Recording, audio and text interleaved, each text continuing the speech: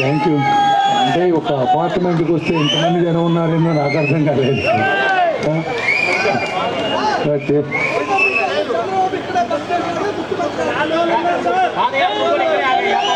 Okay okay, అంటే ఇక్కడ మహాలక్ష్ముల దీవెన బాగుందన్నట్టు అర్థం. అందరూ మహిళలందరూ కూడా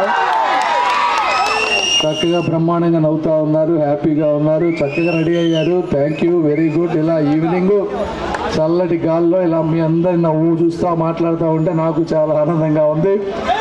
జగన్మోహన్ రెడ్డి గారిని తిరుపతి చేయట్లేదు, ఇంత మంచి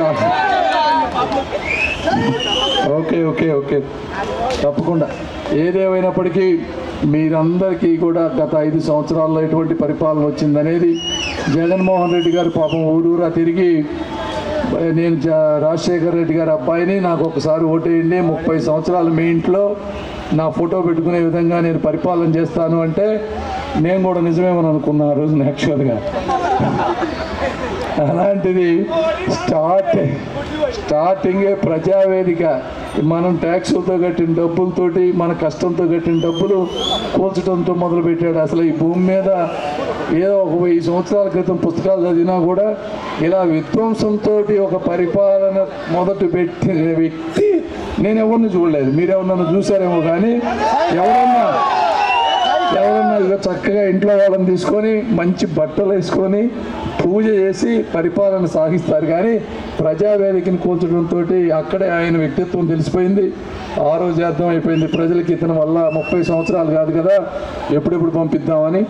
ఏదేమైనప్పటికీ 5 సంవత్సరాల్లో ఈ రాష్ట్రంలో ఎంతోమంది విద్యార్థులు చదువుకొని బయటకు వస్తారు. వాళ్ళందరికీ ఉద్యోగాలు కల్పించడం అనేది ప్రభుత్వాల కనీస బాధ్యత. మనం అనుకుంటా ఉన్నాం హైదరాబాద్ కానీ, బెంగళూరు కానీ, లేకపోతే అమెరికాలో, లేకపోతే సింగపూర్లోనూ ఇంకో చాట ఉద్యోగాలు. భారతదేశంలో 150 కోట్ల జనాభా, మన రాష్ట్రంలో దాదాపు 5 కోట్ల మంది ఉన్నారు. వాళ్ళు కూడా కొన్ని ఉద్యోగాలు ఇవ్వగలరు తప్పించి ఈ భూమి భారాన్ని అంతా కూడా వేరే వాళ్ళు మోయలేరు. ఈ రోజున అన్ఎంప్లాయ్మెంట్ విపరీతంగా పెరిగిపోతుంది అమెరికా లాంటి ప్లేసుల్లో, అదేవిధంగా హైదరాబాద్, బెంగళూరు లాంటి ప్లేసుల్లో కూడా. మనకు చదువుకున్న పిల్లల్ని మనం ఇంటికి దూరంగా ఉంచుకునే బదులు కనీసం ఒక్కొక్కసారి ఏంటంటే మనం ఎంత ప్రయత్నం చేసినా సక్సెస్ అవ్వకపోవచ్చు, కానీ ముందు ప్రయత్నం అయితే చేయాలి. ఒక ఇండస్ట్రీని తీసుకురావాలంటే ఒక ప్రయత్నం చేయాలి. అటువంటి ప్రయత్నం ఇప్పుడు చంద్రబాబు నాయుడు గారు ఆ రోజు ముఖ్యమంత్రిగా ఉన్నప్పుడు ఆ 3 యూనివర్సిటీలు ఉట్టిగా రాలేదు. ఒక వైస్ ఛాన్సలర్తో నేను మాట్లాడాను. ఆయన పొద్దున బ్రేక్ఫాస్ట్ మా ఇంటికి వస్తే చెప్పారు, సార్ చంద్రబాబు నాయుడు గారు అక్కడ విట్టి యూనివర్సిటీ చెన్నైలో ఉంటే అక్కడ వైస్ ఛాన్సలర్కి ఒక మాట్లాడడానికి వచ్చినప్పుడు చూసి మీరు మా దగ్గరికి వచ్చి పెట్టండి అంటే ఆయన అక్కడే ఉంది సార్, అక్కడ ఏమీ లేదు, నేను వచ్చి యూనివర్సిటీ పెడితే నా దాంట్లో జాయిన్ అయ్యే దేవుడు, నేను 100 కోట్లు ఎక్కడికి వచ్చి పెడతానంటే 1కి 5 సార్లు వెళ్ళి ఆయన్ని కలిసి మీరు ఈ రోజు గురించి ఆలోచించొద్దు, ఈరోజు ఇక్కడ ఏమీ లేవు, ఇది వాస్తవం, అయితే మీరు 10-15 సంవత్సరాల తర్వాత ఈ ప్రాంతం మన ఇండియాలోనే ఒక మహానగరంగా, కొత్త సిటీగా రాబోతుంది. ఆ రోజు మీ యూనివర్సిటీ విలువ కొన్ని వేల కోట్ల రూపాయలు అవుతుంది.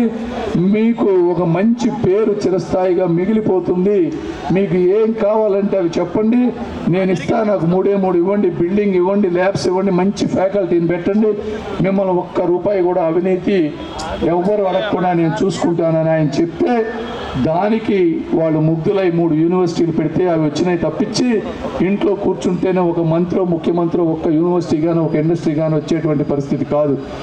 మరి జగన్మోహన్ రెడ్డి గారు మీరు చూడండి ఏ విధమైనటువంటి పరిపాలన. ఆయన ఉద్దేశం ఏంటంటే కొన్ని వర్గాల ప్రజలకి ₹4 డబ్బులు వేస్తే ఓట్లు వేస్తారు.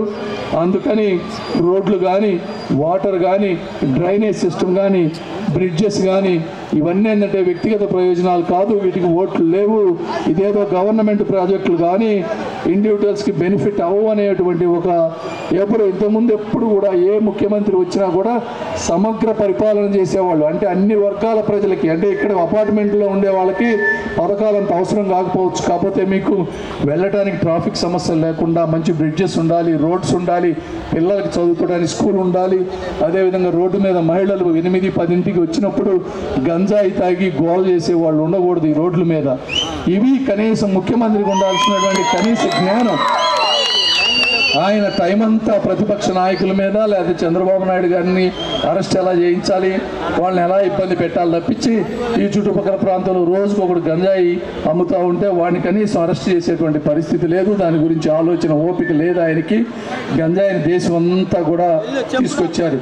రాజధాని కట్టబోయా అంటే రాజధాని లేదు కానీ రాజధాని ఎక్స్ప్రెస్ అంట మంచి మందు కంపెనీని పెట్టారు, రాజధాని ఎక్స్ప్రెస్.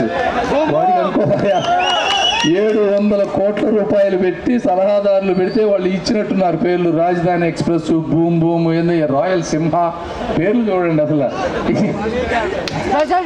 ఇది ఈ రాష్ట్ర పరిస్థితి చాలా, అదే ఆలోచిస్తే కూడా ఒక భయానకమైనటువంటి వాతావరణం. ఇవన్నీ పోగా ఇప్పుడు మళ్ళీ land title act, land grabbing act అంటే ఎందుకు మనకేమో అవసరం? ల్యాండ్ టైటిల్ చుట్టుపక్కల ప్రాంతాలకు అవసరం లేదు. మనం అమ్మితే ఎవరైనా మన తాత ముత్తాతల నుంచి వచ్చేటువంటి ఆస్తులు, ఆ పేపర్స్ మనం ఎంతో భద్రంగా పెట్టుకుంటాం. అవి అసలు మన ఇంట్లో డాక్యుమెంట్లు ఉంటేనే ఎవడు ఈసీలు పుట్టించి ఆ రిజిస్టర్ ఆఫీసులో ఎవడు తాకట్టు పెడతాడో తెలుసుకోలేని పరిస్థితి.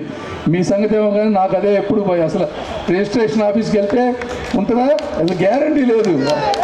అలాంటిది తీసుకెళ్ళి నీ దగ్గరే ఒరిజినల్ డాక్యుమెంట్లు పెట్టుకుంటే నీకేం క్రెడిబిలిటీ ఉంది? ఎందుకు అసలు నీకు ఎవరన్నా ఇస్తారా? నేను చూసి మీ ఇంట్లో వాళ్ళకి నువ్వు 5 ఎకరాల దగ్గర స్థలాల దగ్గర గొడవలో ఇద్దరు రోడ్డు మీద తిరుగుతున్నారా లేదా? మీ ఇంట్లో వాళ్ళే నిన్ను నమ్మట్లేదు, మిగిలిన వాళ్ళు ఎట్లా నమ్ముతారు నిన్ను అసలు? ఇది పరిస్థితి. కాబట్టి పొరపాటున ఆయన ఇస్తే నేను ఒకటే చెప్తా ఉన్నా, ఈ రాష్ట్రానికి ఆదాయం లేదు. ఉన్న పరిశ్రమలు మిగిలిన 4-5 కూడా వెళ్ళిపోయేటువంటి పరిస్థితి. ఆదాయం తగ్గినప్పుడు ఆయన ఓట్ల రాజకీయం కోసం, మళ్ళీ గెలవటం కోసం విపరీతంగా పన్నులు వేస్తారు. పన్నులు అంటే మీకు కరెంటు బిల్లు చూడండి ఎన్నిసార్లు పెరిగిందో. రేపు 5 సంవత్సరాల్లో ఇంకో 3-4 రెట్లు పెంచిన ఆశ్చర్యపోకర్లేదు. మందు ధర పెంచి వేస్తారు.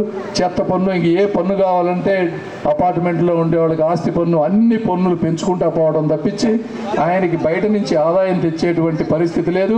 ఆయన చూసి ₹1 పెట్టుబడి పెట్టేవాడు కూడా ఎవ్వడు లేడు ఈ ప్రాంతంలో. కాబట్టి ఇవన్నీ మీరు ఆలోచించి, మీరు ఆ రోజు ఎంత ఎండున్నా, టీవీలో ఎంత మంచి ప్రోగ్రామ్స్ ఉన్నా కూడా ఓటింగ్కి వెళ్ళండి ఆ ఒక్కరోజు. ఎందుకంటే అమ్మా మేము అన్ని సుఖాలు అందుకొని, నేను కూడా 25 సంవత్సరాలుగా అమెరికా వెళ్ళిన దగ్గర నుంచి ఈ రోజు వరకు ఏసీలోనే ఉన్నా. 3 నెలల నుంచి మండు టెండల్లో చెవటల్లో ఎందుకు తిరుగుతున్నాం అంటే రాష్ట్ర భవిష్యత్తు దృష్ట్యా పిల్లలని, చిన్న పిల్లలు వాళ్ళు నవ్వుతూ ఉంటే పాపం వాళ్ళు వచ్చేటువంటి సమాజం ఈ గంజాయి ఒకటే కాదు.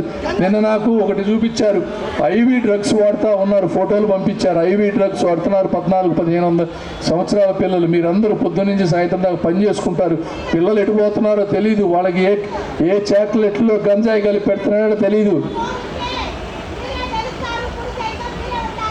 అలాగే అట్లాగా నేను ఒక్కసారి అంటే ఇవన్నీ ఏంటంటే ఒక్కొక్కసారి మనం సమాజం నా ఒక్క ఓటుతో పోయేది ఏందని మనం అనుకుంటాం, కానీ ఈ ఒక్క ఓటుతోటి చాలా చాలా చేంజెస్ వస్తాయి. కాబట్టి మంచి మెజారిటీతో మీరు గెలిపిస్తే ఆ కృతజ్ఞతతోటి మీకోసం 5 సంవత్సరాలు కష్టపడి పనిచేస్తాం మేము. మన గుంటూరు పౌరుషాన్ని, గుంటూరు నీతి నిజాయితీ ఆల్రెడీ ఈరోజు ఇండియా మొత్తం చర్చించుకుంటా ఉంది. నామినేషన్ వేసిన తర్వాత ఇంకా ముందు కూడా ఇంకా అద్భుతంగా చర్చించుకునే విధంగా నేను ప్రవర్తిస్తానని మీ అందరికీ కూడా హృదయపూర్వక కృతజ్ఞతలు తెలుపుకుంటూ, అమ్మ అదేవిధంగా ఈస్ట్ మన నజీర్ గారి గురించి మీకు తెలుసు. నజీర్ గారు కూడా ఒక సామాన్యమైనటువంటి కార్యకర్త. ఆయన సొంత డబ్బులు, ఆయన బిజినెస్లో వచ్చిన ₹4, ₹2 ప్రజాసేవకు వాడుతూ ఏ రోజైనా కూడా ఫోన్లో అందుబాటులో ఉంటూ ప్రతి ఒక్కరికి ప్రజా సమస్యలపై పోరాటం చేస్తూ ఈరోజు పోయినసారి ఓడిపోయినా కూడా నిరుత్సాహం చెందకుండా ఈరోజు పోటీ చేస్తూ ఉన్నారు. ఆయనకి ఎటువంటి అవినీతి మరకలు లేవు. యువకుడు, అవతల వ్యక్తి 10 సంవత్సరాల నుంచి పనిచేసి ఉన్నాడు. అంత గంజాయి అమ్ముతుంది కూడా అతనే. కాబట్టి అతన్ని పూర్తిగా అతని బంధువులు కొన్ని రోడ్లు వేశారు. ఆ రోడ్లన్నీ కూడా నాణ్యత లేని రోడ్లు, 6 నెలలు 1 ఇయర్కే గుంతలు పడేటువంటి రోడ్లు. కాబట్టి ఆయన నేను ఇద్దరం ఒకరికి తోడుగా అన్నదమ్ముల్లాగా ఈ ప్రాంతాన్ని బాగు చేస్తామని మీ అందరికీ తెలుపుకుంటూ, ఇంకా ఎక్కువసేపు మాట్లాడాలని, ఒకటి గొంతు బాగాలేదు, 2 టైం లేదు. మీ అందరికీ కృతజ్ఞతలు, మంచి అభిమానాన్ని చూపించిన వాళ్ళందరికీ కూడా థ్యాంక్ యూ అమ్మా. అందరూ బాగుండాలి. Thank you. ముఖ్యంగా ఇదేంటే చదవాలి.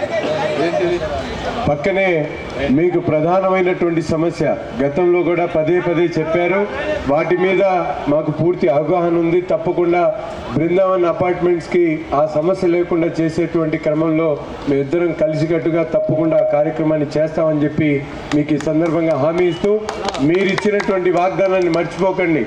ఎక్కడ కూడా వెళ్లకుండా గుంటూరు తూర్పు నియోజకవర్గంలో ఉన్నటువంటి ప్రతి ఒక్క ఓటును కూడా సైకిల్ గుర్తు మీద ఓటేసి మీ ఇంటి పక్కన ఉన్న ఏమా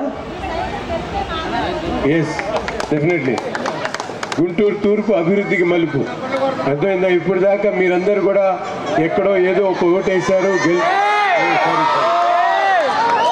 ఓకే, థ్యాంక్ యూ. టైం లేదమ్మా, అందరికి బాయ్ బాయ్.